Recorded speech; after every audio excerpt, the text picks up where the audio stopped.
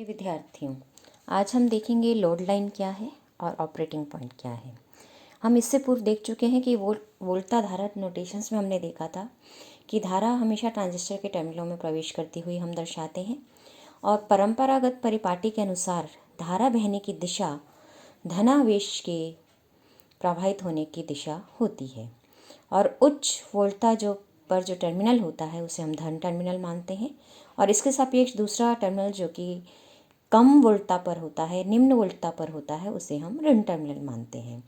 और इसके अनुसार हम पीएनपी और एनपीएन ट्रांजिस्टर के लिए वोल्टता और धारा को निम्न प्रकार लिखते हैं कि पीएनपी कॉमन बेस कॉन्फ़िगरेशन के लिए आई को पॉजिटिव, आईसी को नेगेटिव, वीईबी को पॉजिटिव, वीसीबी को नेगेटिव कहा जाता है। इसी आधार पर जो हमने अभी लिखा है, तो एक मैं आपको बता भी देती हूँ ताकि आपको आगे समझने में आसानी रहेगी।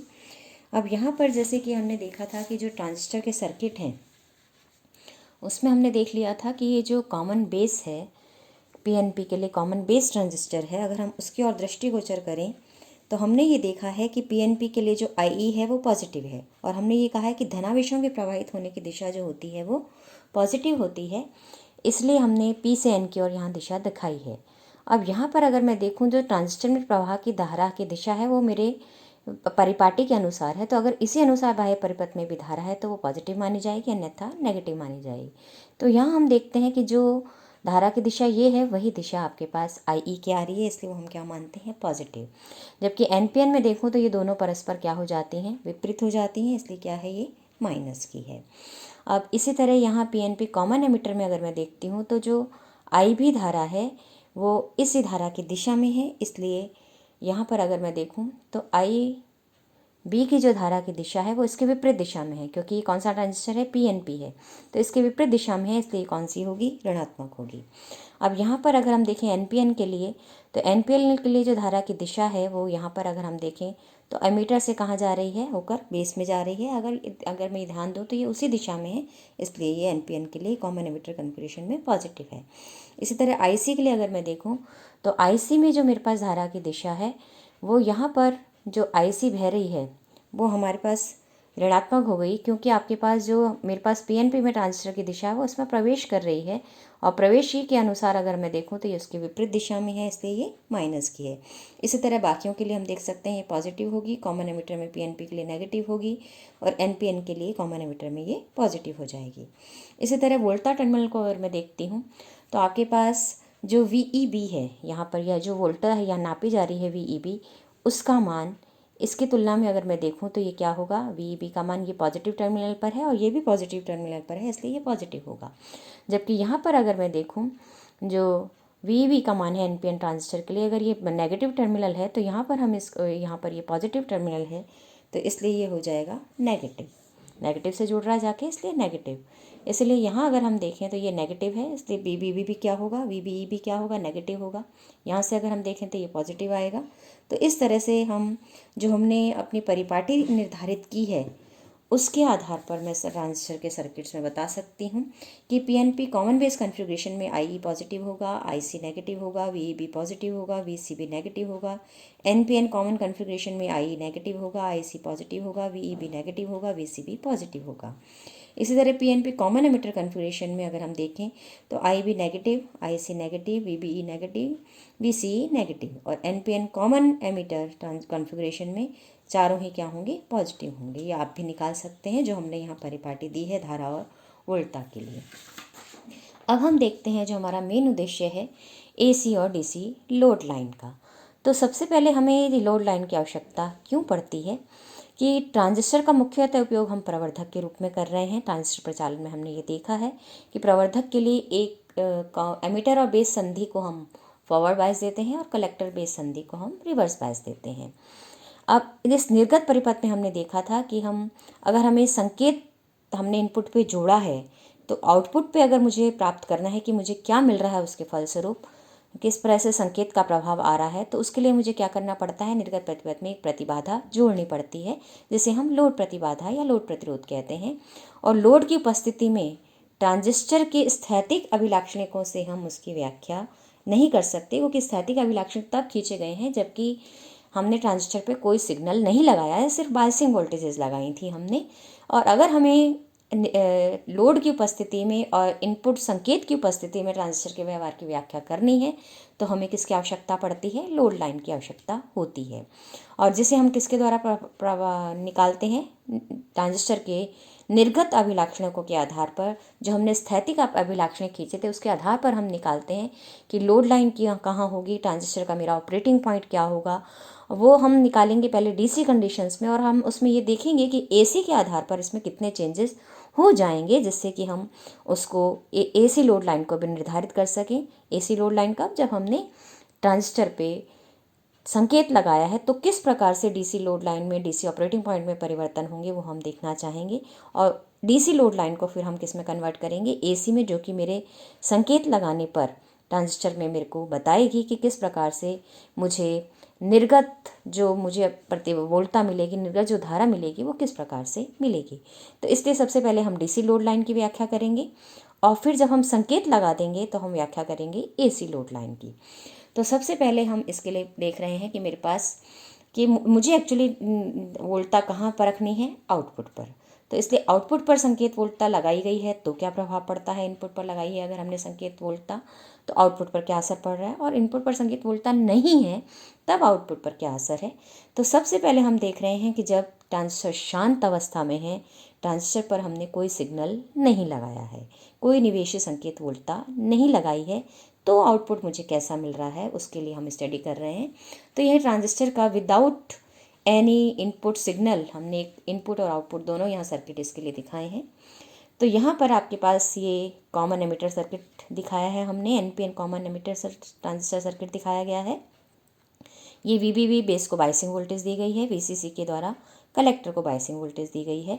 और हम ये अच्छे से समझते हैं कि ये एनपीएन ट्रांजिस्टर है, इसलिए कलेक्टर को रिवर्स बायस देनी है, एन है इसलिए पॉजिटिव से जोड़ा है बैटरी के, और बेस और एमीटर को फॉरवर्ड बायस देनी है। तो चूँकि बेस पी है, एमीटर एन है, इसलिए इस बेस को जोड़ा है पॉजिटिव से और एमीटर को जोड़ा है नेगेटिव से। तो इस तरह से हमने बायसिंग कंडीशंस को सेटिस्फाई कर दिया है। अब यहाँ पर हमने लोड पे भी एक बेस पे एक रेजिस्टेंस लगाया है और आउटपुट पर एक इंटरनल रेजिस्टेंस है। ये अभी चूँकि हमने लोड अभी नहीं लगाया है क्योंकि हमने संकेत वोल्टता नहीं लगाई है, तो यहाँ पर ये परिपथ का जो प्रतिरोध है वो हमने इस किससे दिखाया है? आरसी से दिखाया है। अब यहाँ पर ये ट्रांजिस्टर क्विसेंट कंडीशन में कब है? जबकि उस पर कोई निवेश परिपथ में संकेत वोल्टता नहीं है। तो हम केवीएल लगाते हैं यहाँ पर आउटपुट में, क्योंकि आउटपुट में मैं देख रही हूँ मुझे क्या मिलता है उस स्थिति में, क्योंकि मुझे आउटपुट पे देखना है कि किस प्रकार से व्यवहार रहता है ट्रांजिस्टर का, क्योंकि प्रवर्धक के रूप में मुझे उसे यूज़ करना है। तो यहाँ पर हमने अब आउटपुट सर्किट को मैं देख रही हूँ। तो आउटपुट सर्किट अगर आप देखें तो आउटपुट सर्किट में क्या क्या लगा हुआ है? एक तो डेवलप्ड वोल्टेज मैंने दिखाई है कलेक्टर और एमीटर के बीच, और वो है VCE। एक प्रतिरोध लगा हुआ है RC, और यहाँ पर कलेक्टर में प्रवेश करती हुई धारा हमने IC दिखाई है। और यहाँ पर आपके पास एक सिग्नल वोल्टेज लगी हुई है जिसे हम कह रहे हैं VCC, और जो डेवलप्ड वोल्टेज वो हम देख चुके हैं VCE है, सप्लाई वोल्टेज इसकी VCC है। तो अब इस लूप में हम क्या लगाते हैं? किरचॉफ का करंट वोल्टेज लॉ लगाते हैं। तो वोल्टेज लॉ के अनुसार हम चलते हैं धारा की दिशा में, दिशा से हम चलना शुरू होते हैं। तो या फिर मैं इसको यूँ भी समझ सकती हूँ कि पूरी ऊर्जा किसके द्वारा दी जा रही है सर्किट में? VCC के द्वारा दी जा रही है। और ऊर्जा खर्च कहाँ की जा रही है? एक तो VCE के डेवलपमेंट में खर्च की जा रही है और दूसरा RC के क्रॉस वोल्टेज ड्रॉप हो रहा है उसमें खर्च की जा रही है। तो आप चाहें तो एनर्जी कंजर्वेशन आपका KVL लगाता है, आपको पता है। तो यहाँ पर अगर मैं धारा की दिशा से चलूँ, तो धारा की दिशा से मैं चलती हूँ तो इसमें जो आपके पास धारा आएगी, धारा की दिशा से मैं चल रही हूँ, तो हमने VCC में यहाँ पर अगर इसको बांटा है तो अगर मैं देखूँ तो VCC इज इक्वल टू क्या हो जाएगा? VCE प्लस IC RC के बराबर, या फिर VCC minus IC RC is equal minus VCE is equal to 0। इस तरह से भी आप इसको देख सकते हैं। तो अब यहाँ पर अब मैं क्या करती हूँ कि RC से डिवाइड करती हूँ, क्योंकि मैं जो निर्गत अभिलाक्षणिक खींचती हूँ वो किस किस के बीच खींचती हूँ?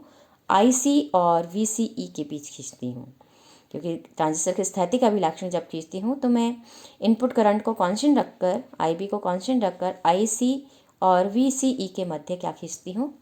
कैरेक्टरिस्टिक्स कर्व खींचती हूँ।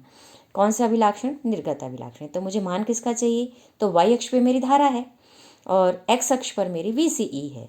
तो इसलिए मैं अब धारा के टर्म्स में इसका इक्वेशन निकालना चाहती हूँ, इसलिए मैंने क्या किया है, आरसी से डिवाइड कर दिया है। तो इक्वेशन मेरी क्या बन जाएगी आरसी से डिवाइड करने के बाद, और जब मैं आईसी का मान निकालना चाहूँगी तो आईसी मेरे पास बन जाएगी minus V C E upon R C plus V C C upon R C. अब यहाँ पर हम ये देखते हैं कि आपके पास ये जो समीकरण है एक सरल रेखा का समीकरण है। क्यों? क्योंकि एक्स अक्ष पर मैंने वी सी ई माना है और वाई अक्ष पर मैंने आई सी माना है। तो यहाँ से अगर मैं देखूँ तो ये y is equal to M X plus C की तरह एक सरल रेखा का समीकरण है।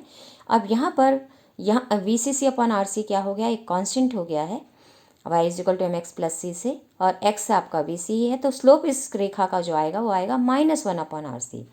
तो अब मैं ये देखती हूँ कि ये रेखा x अक्ष को कहाँ काटेगी।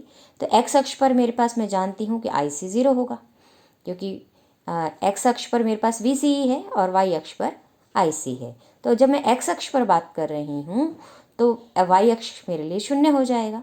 तो x अक्ष के लिए वी सी ई पर आई सी 0 है, तो आई सी 0 अगर मैं इसमें रखती हूँ तो मुझे क्या मिल जाता है कि V C E is equal to V C C. ये कहलाता है कट ऑफ पॉइंट, यानी पॉइंट बी जो हमने यहाँ इसमें दिखाया है डीसी लोड लाइन में। अब यहाँ पर दूसरा निर्गत अब मैं इसमें देखती हूँ कि यहाँ पर ये y अक्ष को कहाँ पर काटेगा, तो y अक्ष पर स्वाभाविक x 0 होता है, तो वी सी चूँकि x है इसलिए 0 होना चाहिए। तो आई सी का मान मुझे क्या मिल जाता है, V C C upon R C. तो यानी कि ये रेखा जो मेरे पास एक स्ट्रेट लाइन के समीकरण आ रही है वो कहाँ काट रही है, x अक्ष को तो काट रही है आपके पास वी सी सी पर, और y अक्ष को काट रही है V C C upon R C पर। तो यहाँ पर अगर मैं देखूँ तो यहाँ पर ये जो रेखा है, ये मैंने दो दिखाई हैं। ये आपके पास ये डीसी लोड लाइन यहाँ दिखाई गई है। तो यहाँ आप देखें तो ये पॉइंट ए क्या हो गया मेरे पास, V C C upon R C, जो कि वाई अक्ष पर है, और ये पॉइंट बी हो गया जो कि पॉइंट वी सी सी है और एक्स अक्ष पर है। तो इन दोनों को जो मिलाने वाली लाइन है वो कौन सी लाइन कहलाती है, डीसी लोड लाइन कहलाती है, और जिसकी प्रवणता क्या हमने देखी अभी क्या होती है, -1 अपॉन आर सी होती है। और यहाँ आर सी क्या है, संग्राहक, और हम पहले ही देख चुके हैं आरसी जो प्रतिरोध लगाया गया था वो संग्राहक और भू टर्मिनल के मध्य लगाया गया था।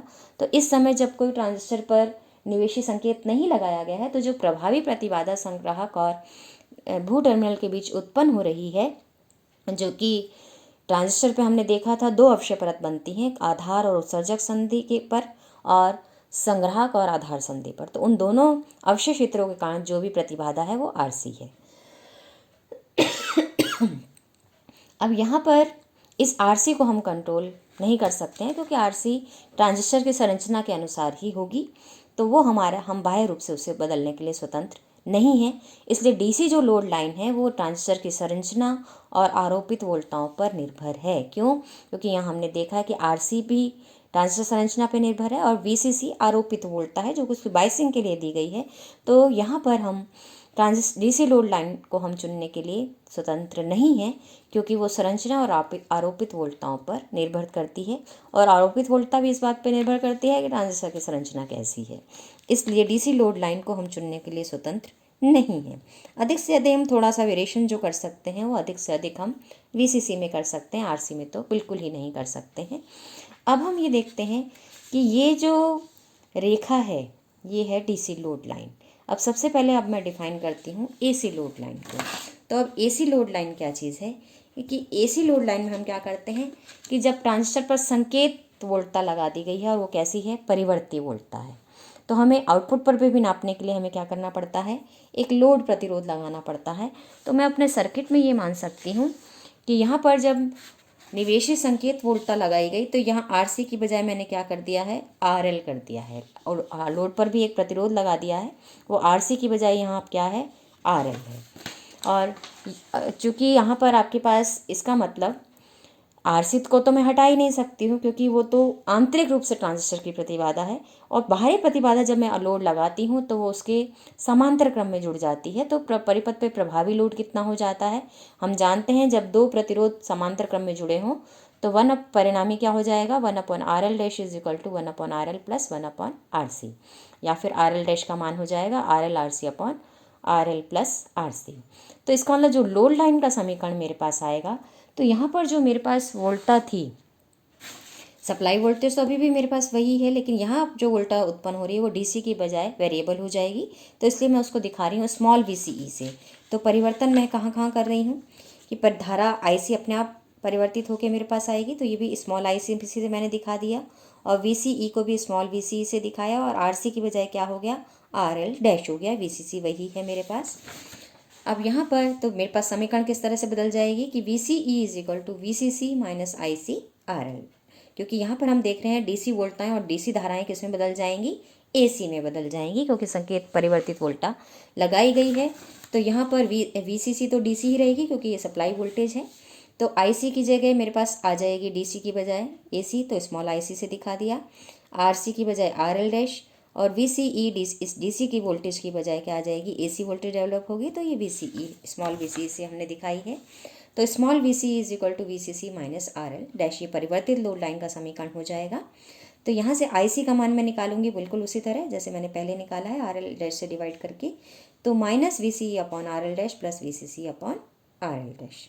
तो यहाँ पर ये जो अब समीकरण मेरे पास आएगी, तो मैं इसमें ये देखती हूँ ये भी एक सरल रेखा ही है, और इस सरल रेखा का स्लोप अब -1 अपॉन आर सी की बजाय क्या हो जाएगा, -1 अपॉन आर एल डैश हो जाएगा। और एक्स अक्ष पर मैं लूँगी स्मॉल वी सी, वाई अक्ष पर लिखूँगी आई सी। तो यहाँ पर अगर मैं देखूँ तो ये वाई अक्ष को कहाँ काटेगी, जहाँ एक्स ज़ीरो होगा, जहाँ एक्स ज़ीरो होने का मतलब ये ज़ीरो हो, तो एक्स वाई अक्ष को कहाँ काटेगी, V C C upon R L dash पे, ये मैंने पॉइंट दिखा दिया, V C C upon R L dash. और एक्स अक्ष यानी वी सी को कहाँ काटेगी, जहाँ आई सी ज़ीरो होगा। तो यहाँ से मान क्या आ जाएगा कि ये दोनों बराबर होते ही आर एल डैश कट जाएगा, तो वी सी किसके बराबर आ जाएगा, वी सी सी के। तो यहाँ पर पॉइंट ए डैश और बी डैश से मैंने दिखाया है, तो पॉइंट ये मैं कह सकती हूँ 0 V C C upon R L dash यानी वाई अक्ष पर, और बिंदु बी डैश यानी एक्स अक्ष पर वी सी सी कॉमा 0। तो इन दोनों पॉइंट्स को जो मिलाने वाली लाइन है वो क्या कहलाती है, एसी लोड लाइन कहलाती है। और यहाँ पर मुझे ये भी ध्यान रखना है कि वीसीई जो ऑफ कंडीशन में है वो किसके बराबर होता है, V C E Q plus I C Q R L के बराबर होता है। तो यहाँ से मुझे दिख रहा है वी सी ऑफ का मान इस capital V C E off से ज़्यादा होता है, और अच्छे प्रचालन से जो मेरे पास एसी का मान है, वी सी ई ऑफ का जो मान है इस कैपिटल वी सी ऑफ से कम होता है। तो मुझे ये बात ध्यान रखनी है कि अच्छे प्रचालन के लिए ज़रूरी है कि आर सी का मान आर एल से ज़्यादा हो। ट्रांजिस्टर के अच्छे प्रचालन के लिए जो ट्रांजिस्टर की आंतरिक बाधाएं हैं उसका मान लोड प्रतिबाधा से ज़्यादा होना चाहिए, और चूंकि ये दोनों पैरेलल में जुड़ते हैं इसलिए आर एल डैश का मान किसके बराबर हो जाएगा, आर एल के बराबर हो जाएगा, चूंकि पैरेलल कॉम्बिनेशन है। इसलिए अगर मैं देखूं तो सर्किट में मेरे पास जो आएगा वो कंट्रोल किसके द्वारा होगा, आर एल के द्वारा होगा, ना कि आर सी के द्वारा। तो इसलिए आई सी का मान क्या हो जाएगा मेरे पास, minus V C upon R L plus V C C upon R L. यहाँ आर एल डैश की बजाय क्या हो गया अब आर एल। तो जो एसी लोड लाइन है, अगर इस कंडीशन को हम फॉलो कर रहे हैं कि आर सी का मान आर एल से बहुत ज़्यादा है, तो उस स्थिति में मेरे पास जो लोड लाइन का स्लोप है वो -1 अपॉन आर एल डैश की बजाय -1 अपॉन आर एल ही होगा, यानी कि लोड प्रतिरोध पर निर्भर होगा। अब चूंकि ये लोड प्रतिरोध पर निर्भर है इसलिए मैं इसको कंट्रोल कर सकती हूँ, क्योंकि मैं इसको बाहर से लगा रही हूँ, इसलिए मैं इसको चुनने के लिए मैं स्वतंत्र हूँ। तो इसलिए एसी लोड लाइन को मैं चुन सकती हूँ। अब एक चीज़ हम और देखते हैं तुलनात्मक दृष्टि से कि आपके पास किसका स्लोप ज़्यादा हुआ। एक तो है मेरे पास लोड लाइन जिसकी प्रवणता है -1 अपॉन आर सी, दूसरी लोड लाइन है जिसकी प्रवणता है मेरे पास -1 अपॉन आर एल के बराबर। तो दो लोड लाइन है मेरे पास। तो डीसी लोड लाइन की जो प्रवणता है वो है मेरे पास, डीसी लोड लाइन की मैं बात कर रही हूँ, तो डीसी लोड लाइन की प्रवणता है -1 अपॉन आर सी, और एसी लोड लाइन की प्रवणता मेरे को मिल रही है -1 अपॉन आर एल। और ये मैंने देखा है कि अच्छे प्रचालन के लिए R C is much greater than R L. तो सीधी सी बात है, अगर मैं यहाँ देखूँ तो किसकी प्रवणता अधिक होगी, तो साफ दिख रहा है कि आर एल का मान चूँकि कम है तो इसकी प्रवणता अधिक होगी, और इसलिए इसकी प्रवणता अधिक है। इसलिए अगर हम ये जो एसी लोड लाइन है वो कहाँ है, यहाँ पर है। यहाँ दोनों लाइनों को अगर मैं कंपैरिजन से देखूं तो डीसी लोड लाइन की प्रवणता कम है, एसी लोड लाइन की प्रवणता ज़्यादा है। तो इस तरह से हम लोड लाइन को, प्रवणता को हम बता सकते हैं कि एसी लोड लाइन और डीसी लोड लाइन कहाँ होगी। अब हम एक और बात करते हैं कि आपके पास हमें ये देखना है कि शांत बिंदु क्या है, ऑपरेटिंग पॉइंट क्या है। तो हमने ये देखा था कि शांत अवस्था में यहाँ डीसी लोड लाइन हम खींचते हैं, और डीसी लोड लाइन हमने देखा कि ये जो कैरेक्टरिस्टिक्स कर्व है इन बिंदुओं को सब जगह काट रही है। तो इनमें से कोई भी बिंदु ऑपरेटिंग पॉइंट हो सकता है। लेकिन हम क्या करते हैं, ऑपरेटिंग पॉइंट कैसा चुनते हैं कि जब मैं एसी लोड लाइन खींचती हूँ, एसी सिग्नल खींचती हूँ, तो मैं ये कहना चाहती हूँ कि यहाँ पर मेरा ऑपरेटिंग पॉइंट ऐसा नहीं हो कि सिग्नल लगाने पर वो मेरे पास जो आउटपुट वोल्टेज मिले उसका कर्तन नहीं होना चाहिए। और अगर कर्तन नहीं होगा तो ये कहाँ चूज़ किया जाना चाहिए, लगभग ये जो कर्व हैं करेक्टरिस्टिक्स उनके मिडिल में चूज़ किया जाना चाहिए। तो एक तरह से मैं ये कह सकती हूँ कि ये जो करेक्टरिस्टिक्स लाइन को जहाँ ये काटती है और जिस पॉइंट का हम चुनाव करते हैं आउटपुट करेक्टरिस्टिक्स चार्ट पर, जहाँ ये लोड लाइन काटती है, वो होता है ऑपरेटिंग पॉइंट। अगर ट्रांजिस्टर शांत अवस्था में है तो ये क्यूसेंट पॉइंट हो जाएगा, और अगर ट्रांजिस्टर आपके पास शांत अवस्था में नहीं है, उस पर सिग्नल लगाया गया है, तो ये हो जाएगा आपके पास ऑपरेटिंग पॉइंट। तो एक तरह से क्यू पॉइंट ही आपका क्वेश्चन पॉइंट ही किसमें, शांत बिंदु ही किसमें बदल जाता है, ऑपरेटिंग पॉइंट में बदल जाता है, जैसे आप जब उस पर क्या लगाते हैं, सिग्नल। तो जैसे यहाँ सिग्नल लगाते हुए हमने दिखाया है कि ऑपरेटिंग पॉइंट जब बीच में था तो यहाँ पर मैंने एक सिग्नल लगाया, तो आउटपुट सिग्नल मैं देख रही हूँ मुझे पूरा का पूरा मिल रहा है। और अब आप इसको समझ सकते हैं, अगर मैंने यहाँ इसको ऑपरेटिंग पॉइंट को चूज़ किया होता और सिग्नल यहाँ लगाया होता, तो सीधी सी बात है यहाँ पर कुछ ना कुछ आउटपुट का क्या हो जाता, कर्तन हो जाता। तो हम वो चीज़ नहीं चाहते हैं, कि हम नहीं चाहते कि मेरा ऑपरेटिंग पॉइंट सिग्नल लगाने पर या तो सैचुरेशन में चला जाए या कट ऑफ में चला जाए, वो मैं नहीं चाहूँगी। क्योंकि सैचुरेशन या कट ऑफ में जाते ही आपके पास क्या हो जाएगा, आउटपुट पर चूँकि प्रवर्धन होगा वोल्टता का, या तो उसके वोल्टता का प्रवर्धन होने पर जो सिग्नल है वो कट जाएगा, वो वैसा मैं नहीं चाहती हूँ। तो इसलिए जो मेरा ऑपरेटिंग पॉइंट है मैं इस तरह से चूज़ करती हूँ कि लोड लाइन जब करेक्टरिस्टिक्स को काट रही है तो उसके मध्य में हम क्यू पॉइंट को चुने, ऑपरेटिंग पॉइंट को चुने। तो ये है किस तरह से हम उसका चुनाव करते हैं, और ऑपरेटिंग पॉइंट हम किसे कहते हैं और क्यू पॉइंट हम किसे कहते हैं। तो हमने देख लिया कि डीसी लोड लाइन जब आउटपुट करेक्टरिस्टिक्स को जहाँ काटती है, निर्गत अभिलाक्षणिकों को जहाँ काटती है, तो उन निर्गत अभिलाक्षणों के मध्य में किसका चयन किया जाता है, जिन जिन बिंदुओं पर वो काटती है, तो उसके किसी एक मध्य बिंदु पर हम किसको चुन लेते हैं, क्यू पॉइंट को चुन लेते हैं। ये और इस तरह से चुनते हैं कि एसी लोड लाइन जब हम खींचें तो भी मेरा क्यू पॉइंट शिफ्ट नहीं हो, और इस तरह से शिफ्ट नहीं हो कि मेरे पास वोल्टता का कर्तन ना हो, तो मुझे प्रभावी प्रवर्धन देखने को ट्रांजिस्टर से मिले। धन्यवाद।